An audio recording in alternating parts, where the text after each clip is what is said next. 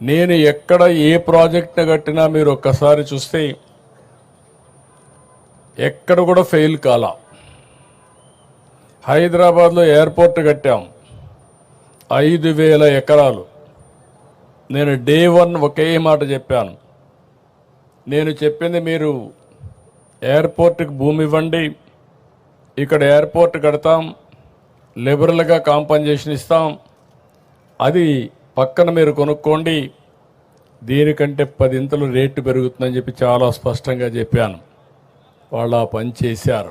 ఎంతమంది రెచ్చగొట్టినా వినకుండా చేస్తే అక్కడ ఎయిర్పోర్ట్కి ల్యాండ్ ఇచ్చి పక్కన ల్యాండ్ కొనుక్కున్న వాళ్ళందరూ కోటీశ్వర్లు అయ్యారంటే అది ఆ రోజు నేను చూపించిన విజన్ అని చెప్పి కూడా నేను మీకు తెలియజేస్తున్నా. ఆ నమ్మకంతో మీరు ముందుకొచ్చారు. ముందుకొచ్చి దగ్గర ల్యాండ్ పూలింగ్ కాన్సెప్ట్ ఇది ప్రపంచంలోనే నూతనమైంది.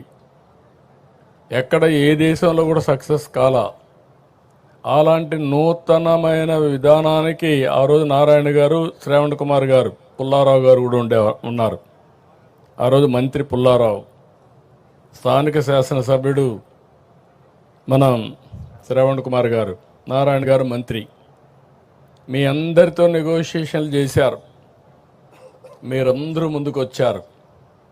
ఫస్ట్ టైం చరిత్రలో ప్రపంచంలోనే ల్యాండ్ పూలింగ్ కింద అందరూ కూడా ల్యాండ్ ఇచ్చిన ఏకైక చరిత్ర అమరావతి రాజధాని.